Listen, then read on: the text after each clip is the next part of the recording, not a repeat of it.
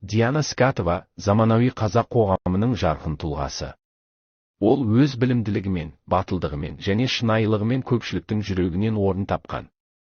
Журналистика саласында кәсіби шеберлігімен танылған Диана тек тележүргізуші ғана емес, ел болашағына алаңдайтын нағыз қоғам белсендісі. Ол жастар мен әйелдер мәселесін ашық көтеріп, тың пікірлерін батыл жеткізе біледі. Әлеуметтік желілерде де белсенді болып, көрерменімен жақын қарым-қатынас орнатқан. Диананың еңбекқорлығы мен табандылығы көптеген жастарға үлгі бола алады. Бүгінгі таңда ол тек теледидар беттеріндегі танымал есім ғана емес, заманауи қазақ қыздарының биік бейнесі. Диана Скатова тележүргізуші, журналист, қоғам белсендісі. 1996 жылы Алматы қаласында дүниеге келген. Әл-Фараби атындағы КЗУ-дың журналистика факультетін тәмамдаған. Еуразия бірінші арнасы арқылы таныла бастаған. Cause Like, Talk Like сынды жобаларда көрініп, өзекті тақырыптарды қозғап, батыл пікірлерімен ерекшеленді. TikTok желісінде белсенді. 2020 жылы праймеризге қатысып, қоғамдағы жастар мен әйелдер мәселесін көтерді. 2025 жылы музыкант Сұлтан Нұрбековке тұрмысқа шығатынын хабарлады. Отандық танымал тележүргізуші Диана Скатова әлеуметтік желідегі парақшасында жеке өміріне қатысты қуанышты жаңалығымен бөлісті. Аллаға шүкір, тәтті шайымыз ойдағыдай өтті. Сүйіктімнен кезекті гүлдер. Жаңа жас, жаңа статус. Қуан, қазақ елі. Бір қыз деп жазды ол. Сонымен қатар Диана Скатова болашақ жары музыкант Сұлтан Нұрбековпен түскен суреттерді жариялап, енді құпия емес екенін айтты. Желі қолданушылары тележүргізушінің қуанышты жаңалығына түрлі пікір білдіріп жатыр. Мәссаған, қаншама жыл жасырды, өзімнің қызым тұрмысқа шыққан сияқты қуанып отырмын, сұлтан болғанына қуанып кеттім, бүкіл ел қуанып жатыр ғой, осы сәтті көптен күттік, көзім тоймай қарай бергім келеді, өте әдемі жұп деп жазды оқырмандар. Айта кетейік, Диана Скатова мен Сұлтан Нұрбеков Cause Like бағдарламасында бірге жұмыс істеді. Тележүргізуші Диана Скатова әріптесі Асаубек Айымбетовпен ара қатынасы жайлы ашық айтты.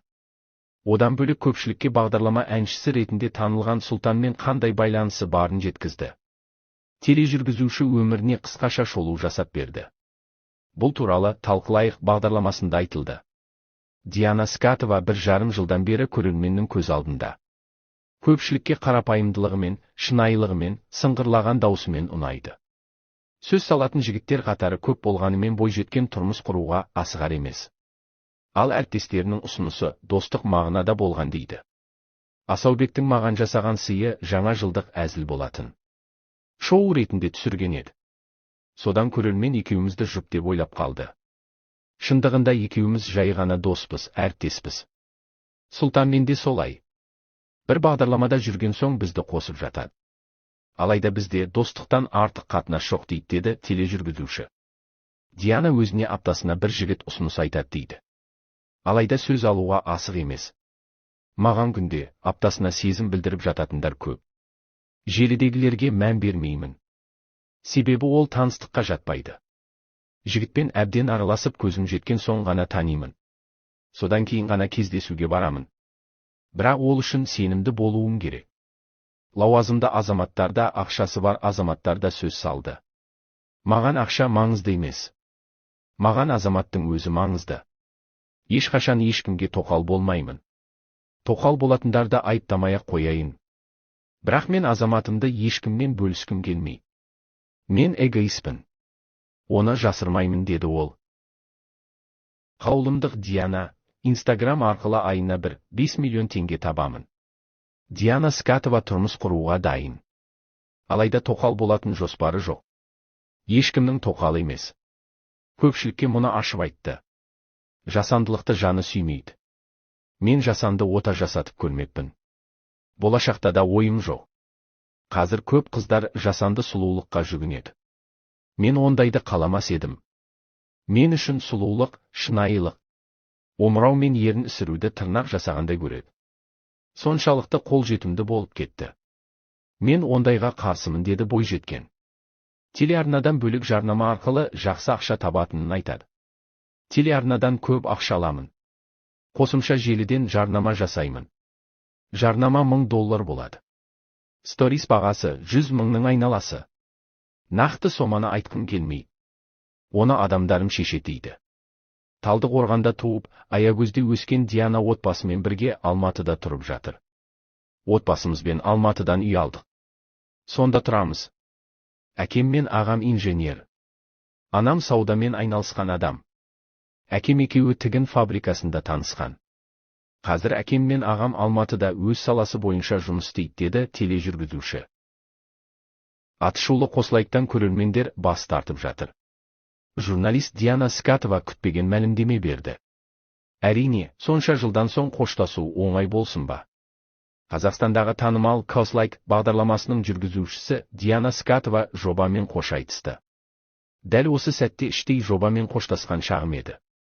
Эфир бойы ішімдегі алай-дүлейді, қимастықты көрсетпеуге тырыстым, алайда ең соңында эмоциямды басқару қиынға соқты. Әрине, сонша жылдан соң қоштасу оңай болсын ба? Арна мен ұжыммен арадағы үлкен сыйластықты сақтай отырып осы шешім қабылданды. Жаңа маусым басталмайынша бұл жайлы тіс жармадым. Енді міне, айтуға рұқсат. Жоба аясында танысқан қанша адам, дос, әріптес, жұптар, әрдайым тілекшілеріңіз боламын. Ал жаңа маусым құтты да берекелі болсын, деп жазды Диана Скатова. Желі қолданушылары Диана Скатова кетсе, бағдарламаны қараудан бас тартатындарын жарыса жазып жатыр. Енді қосылайық қармайтындар, біз біргеміз, енді қосылайықтың қызығы да жоқ, біз сізге үйреніп қалдық, кетпеңіз, арығай бағдарламаны көрудің мәнісі жоқ, сұлтансыз, Дианасыз қызық емес, кеткенің мүлде дұрыс емес, Альмираны мүлдем көргім келмейді, деп жазды олар. Атышулы Козлайк жобасының жүргізушісі Диана Скатова қазақты армандауды білмейтін, жалқау халық екенін айтты, деп хабарлайды Айқап бағдарламасы. Қазақтар мықты армандайды деп айта алмаймын. Бізді шүкірмен тәуба құртады. Бүгінгі тамағы тоқ болса болды. Армандамайды, бізде ойлау жасампаздығы жоқ. Біздің қоғамда сенің киімің бренд болса, соңғы үлгідегі айфонды ұстасаң сенен мықты адам жоқ. Қазақ тамаққа, қазіргі қажеттіліктерге аш. Бірақ білімді, ғылымды, дамуды қажет етпейміз. Адамдарға подкаст көргеннен гөрі, Ерке мен Райымның неке қиғаны қызығырақ, дейді тележүргізуші. Сондай-ақ ол бағдарлама барысында Моңғолияға баруды армандайтынын айтты. Менің арманым Моңғолияға барып, ондағы халықтың қалай өмір сүретінін көру. Өйткені Моңғолия жаңалықтарда да, саяси аренада да жоқ. Бұл мемлекет жайлы айтылмайды, халқының өмір сүру салты туралы ештеңе естімейміз, деді Диана. Диана Скатова, қазақстандық тележүргізуші, журналист және қоғам белсендісі. Ол 2025 жылы сүйіктісі, музыкант Сұлтан Нұрбековпен тұрмыс құратынын жариялады. Сұлтан Нұрбеков, Козлайк реалити шоуында өнер көрсеткен топтың солисі. Диана бұл туралы, Аллаға шүкір, тәтті шайымыз ойдағыдай өтті. Сүйіктімнен кезекті гүлдер. Жаңа жас, жаңа статус, деп әлеуметтік желіде жазды. Сұлтан Нұрбековтің бұрын үйленбегені және баласы жоқ екені туралы ақпаратты Диана Скатова өзі растады. Ол әлеуметтік желіде, қанша адам Сұлтан үйленген, бала шағасы бар деп ойлап жүр. Негізі жоқ. Кезінде өзім әлеуметтік желіге Сұлтан өзге біреудің баласын көтеріп жүргенін көріп, видеоға түсіріп алып, бұл Сұлтанның баласы үйленген деп салған едім. Өтірік түсіре салған мен.